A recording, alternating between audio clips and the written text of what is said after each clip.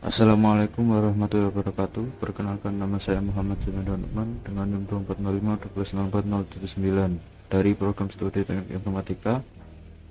Pada video kali ini saya akan melakukan suatu praktikum untuk memenuhi tugas praktikum dari mata kuliah jaringan komputer yang diampu oleh Bapak Agus Priyatno.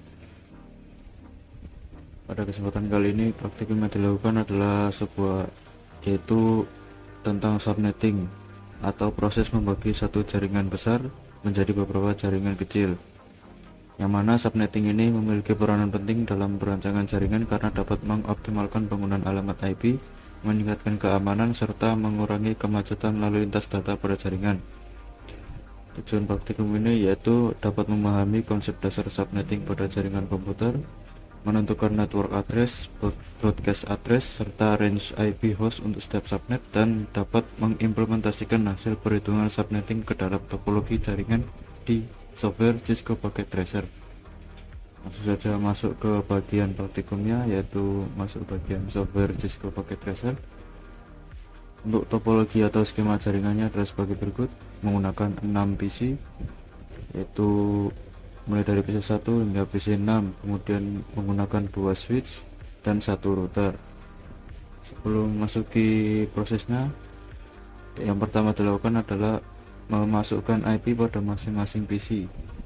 IP tersebut yang pertama pada PC pada PC 1, yaitu IP-nya sebagai berikut: 192.168.1.1 dengan akhiran 1, yang mana ini menandakan bahwa PC 1. Kemudian subnet mask dengan angka 255.255.255.192. Kemudian menggunakan default gateway yaitu 192.168.1.62. Selanjutnya pada PC kedua, yaitu IP-nya adalah 192.168.1.2. Angka 2 ini menandakan bahwa ini PC kedua. Kemudian subnet mask yaitu seperti pada PC pertama, yaitu 255.255.255.192. Kemudian menggunakan gateway juga, yaitu 192.168.1.62. Kemudian pada PC ketiga, IP-nya yaitu 192.168.1.3. kemudian ada subnet mask yaitu 255.255.255.19. namun di sini default gateway diisi kosong atau tidak perlu diisi. Selanjutnya pada PC keempat, yaitu menggunakan IP 192.168.1.65. Pada PC keempat sampai PC ke-6 akhirannya menggunakan 64 hingga 65 sampai 67. Dan subnet mask yaitu 255.255.255.192. kemudian menggunakan default gateway yaitu 192.168.1.126.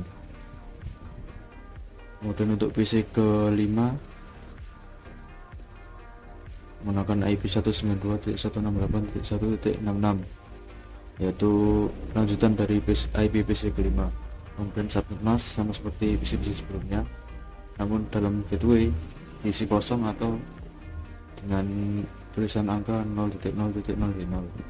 dan PC ke-6 sama seperti sebelumnya, namun menggunakan IP address 192.168.1.67.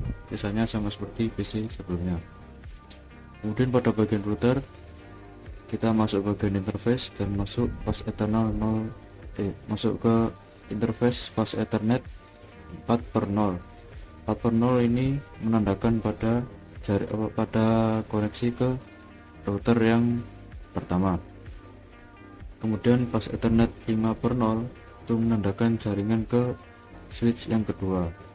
Masuk ke fast Ethernet 4/0, menyalakan checklist pada port status menjadi on.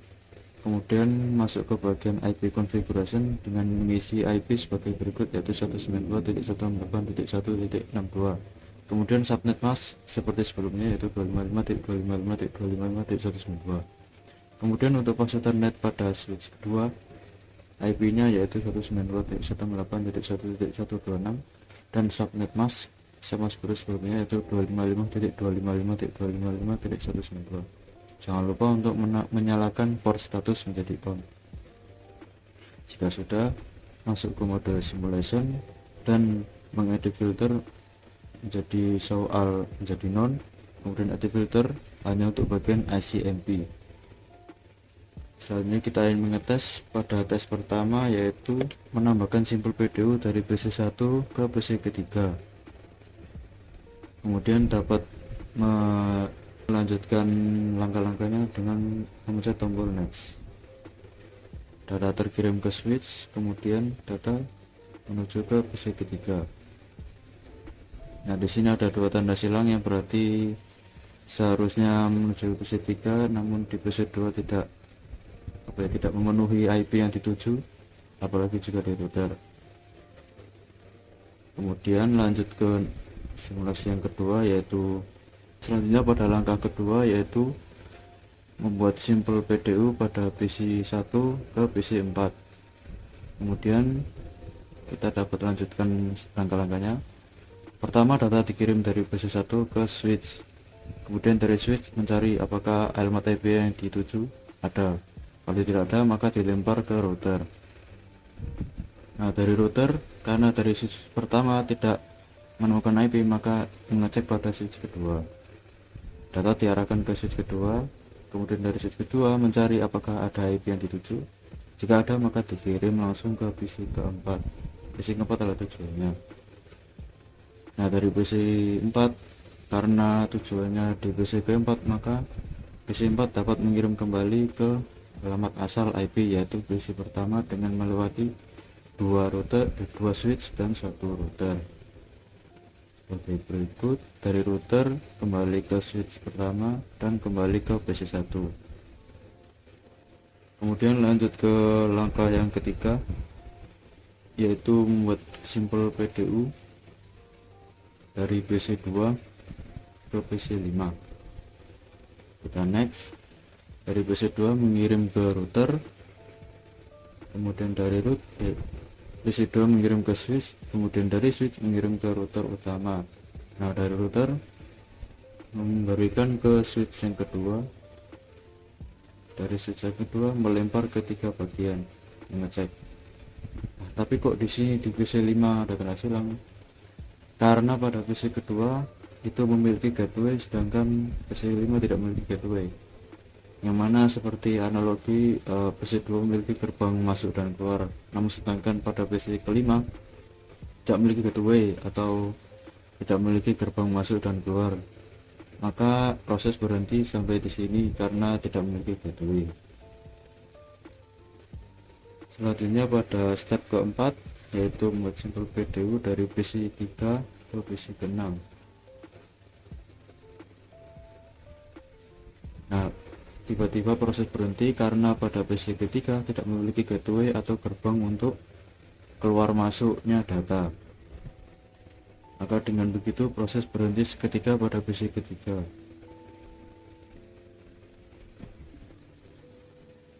Kemudian kita masuk ke bagian real time dan akan tracing.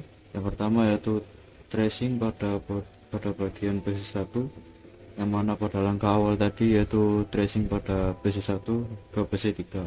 Yang masuk ke command prompt dan kita tulis tracer, masukkan IP tujuan, yang mana IP tujuan tadi adalah 192.168.1. Di sini tertulis bahwa tracing route to 192.168.1.13 overall overlaps. Kemudian kita dapat tracing pada proses yang kedua, yaitu PC1 ke PC4 dengan memasukkan lagi tracer dengan IP tujuan PC keempat, yaitu 192.168.1.65, yang mana ini adalah IP dari PC keempat.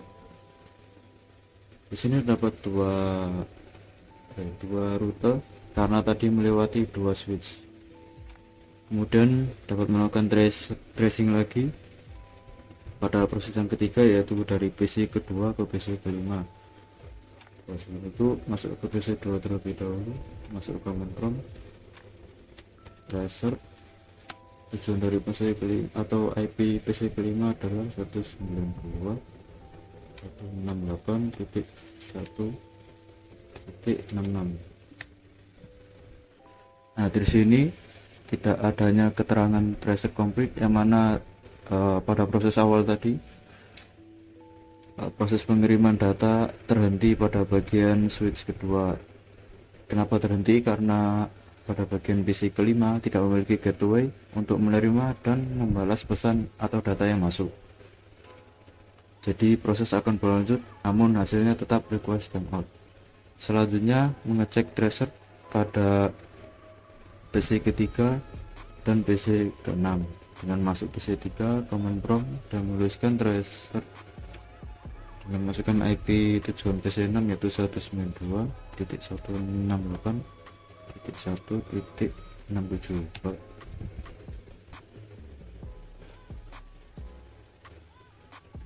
Nah, di sini berbeda dengan sebelum-sebelumnya, yang mana pada nomor 1 tertulis IP, namun di sini tertulis hanya bintang dan request timeout.